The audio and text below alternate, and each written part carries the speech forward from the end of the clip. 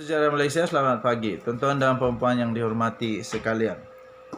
Tidak lama lagi kita akan mendengar rayuan akhir daripada bekas Perdana Menteri Malaysia yang terpalit dengan skandal rasuah yang banyak sangat, iaitu Datuk Seri Najib Tun Razak, terpalit dengan skandal penyalahgunaan kuasa, terpalit dengan pengubahan wang haram dan banyak lagi oleh bekas Perdana Menteri Datuk Seri Najib Tun Razak.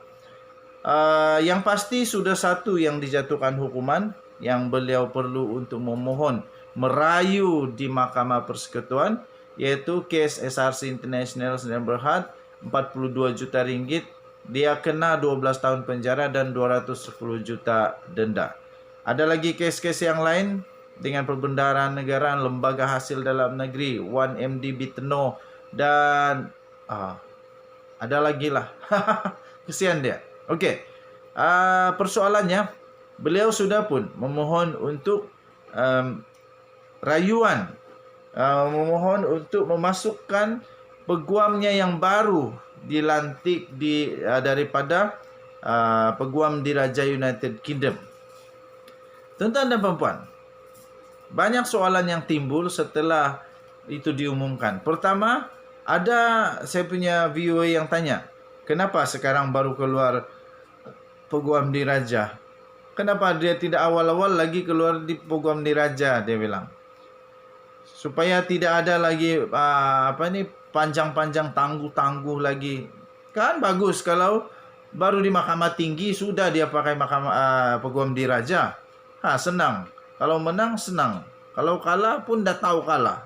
Begitulah menurut viewer saya punya komen. Saya punya jawapan, saya tidak tahu sebab saya bukan lawyer dan ada proses-proses, bukan senang-senang terus masuk. Soalan yang kedua yang orang tanya ketika saya gunting rambut, baru gunting rambut cantik kan. Dia tanya begini, pada pendapat kau, dia kata, peguam diraja itu akan diterimakah untuk mewakili Najib? Itu pun saya tidak dapat jawab. Kamu mungkin boleh jawab. Kalau tiba-tiba ada di antara kamu yang menonton ni lawyer atau hakim ke apa sajalah, kamu komenlah.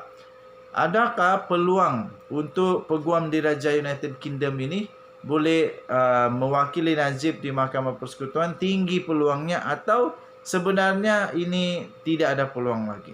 Kerana ada orang komen juga. Komen yang ketiga daripada orang-orang yang menonton, viewer yang menonton channel ini, mereka berkata, mereka komen, kata ini hanya satu teknik untuk melanggu-nanggu, melambat-lambatkan ini perbicaraan sehingga BN UMNO menang katanya. Tapi saya tidak setuju untuk yang itu. Ini kan memang proses mahkamah. Jadi terpulang kepada mahkamah untuk membuat penilaian. Okey. Jadi kalau mahkamah tangguhkan itu kerana dia punya justification lah. Okey. So persoalan yang seterusnya ialah kalaupun Jonathan Laidlaw ni diterima oleh mahkamah untuk mewakili Najib Razak, adakah dia boleh menang? Adakah dia boleh menang? Adakah dia boleh menang? Ataupun dulu boleh menang lah, tapi kali ini belum tentu.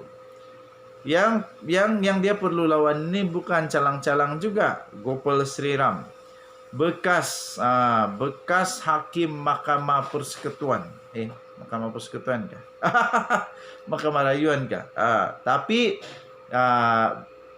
Gopal Sriram memang amat ditakuti oleh semua. Rosmah Mansur memohon supaya dia digugurkan. Najib Razak memohon supaya dia digugurkan. Adakah itu menunjukkan bahawa memang peguam-peguam yang membela Najib Razak memang takut, tak boleh lawan dan memang kalah kalau lawan dengan Gopal Sriram? Menurut yang saya baca, Jonathan Laidlaw ini bukan calang-calang. Banyak dia punya latar belakang, antara 500 orang paling berpengaruh di Britain. Tetapi jangan lupa, jangan lupa Gopal Sri Ram pun antara yang paling berpengaruh di Malaysia. Mungkin tak sampai 500 orang pun, mungkin 30, 50.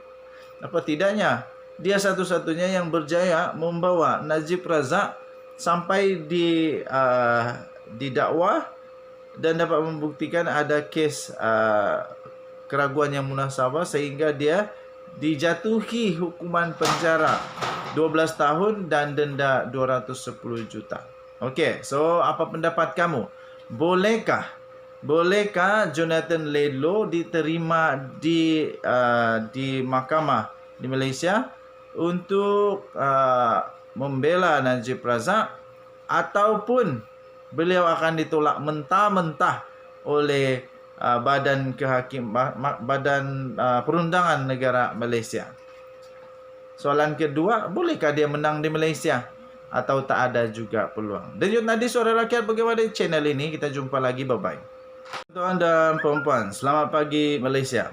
Sudah kuagak bahawa bukan semua berminat untuk PRU segera. Walaupun di dalam Barisan Nasional UMNO sendiri ada juga orang yang masih rasional. Ada juga orang yang masih lagi berani. Saya fikir, saya masih ingat lagi pendedahan ataupun pengakuan daripada Khairi Jamaluddin ketika beliau mengakui memang ada kes dalam 1MDB Najib Razak, dan itu bukan fitnah semata-mata. Itu bukan fitnah, tapi ada kes.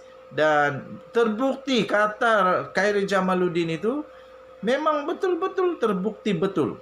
Ketika dia cakap itu, orang ramai kecam dia, benci dia dan sebagainya, kata fitnah dan sebagainya.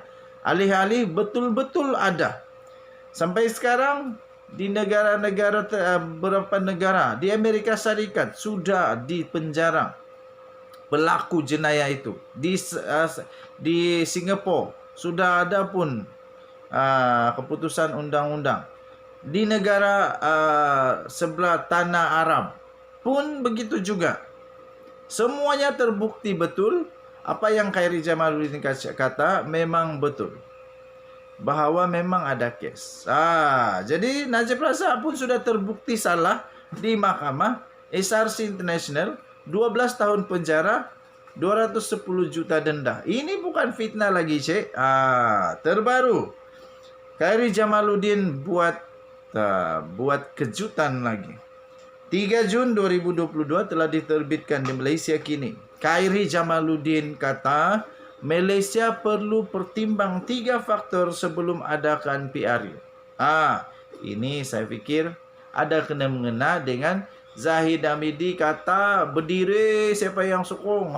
Tapi minta maaf, Anwar Musa tak setuju, dia tak berdiri pun.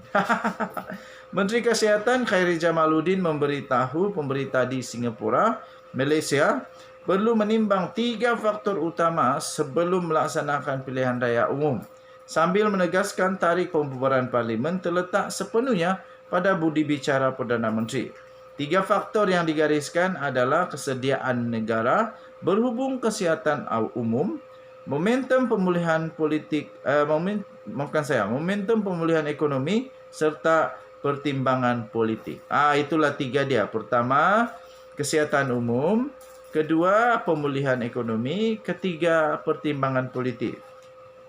Khairi Jamaluddin yang berada di Singapura selama 4 hari sejak 31 Mei 2022 menerusi projek pertukaran fellow Lee Kuan Yew berkata demikian ketika diminta untuk mengulas kenyataan Perdana Menteri iaitu Datuk Seri Ismail Sabri Yaakob pada Rabu bahawa beliau tidak akan melengahkan walau sedetik pembubaran parlimen sebaik saja Barisan Nasional BN sudah benar-benar bersedia. Katanya, kita perlu meneliti varian baru untuk mengetahui gelombang jangkitan. Buat masa ini, keadaan okey, tapi saya yakin bahawa ia boleh dikawal. Katanya, ketika menjelaskan mengenai faktor kesihatan. Mengenai pemulihan ekonomi pula, beliau berkata, Malaysia agak bernasib baik kerana ia adalah negara pengeluar meskipun ketika ini berdepan dengan beberapa tekanan inflasi. Katanya, kami mempunyai minyak sawit. Kami mempunyai beberapa enjin pertumbuhan yang dapat memacu ekonomi. Jadi kami mau memastikan momentum ekonomi itu, kata Khairi. Berhubung faktor pertimbangan politik pula, ahli Parlimen Perembau itu berkata, BN sendiri seharusnya bersedia untuk menghadapi pilihan raya. Katanya, kami mahu memastikan BN sudah sedia, bukan setakat negara sudah sedia. Kerana perlu ada persekitaran yang kondusif untuk berdepan pilihan raya. Katanya sambil menambah, dalam keadaan itu kita perlu melihat keseluruhan konteks pemulihan ketika membuat persiapan menghadapi pilihan raya, katanya. Tuan-tuan dan puan-puan, denyut nadi suara rakyat bergema di channel ini. Jangan lupa tekan butang subscribe, like dan share. Apa yang saya baca tadi belum selesai kerana panjang. Kalau kamu boleh baca sendiri, sila masuk ke malaysiakini.com, bertarik malaysiakini.com, bertarik 3 Jun 2022 dengan tajuk KJ 2. Malaysia perlu pertimbang 3 faktor sebelum adakan PRU. Kita jumpa lagi. Selamat pagi Malaysia.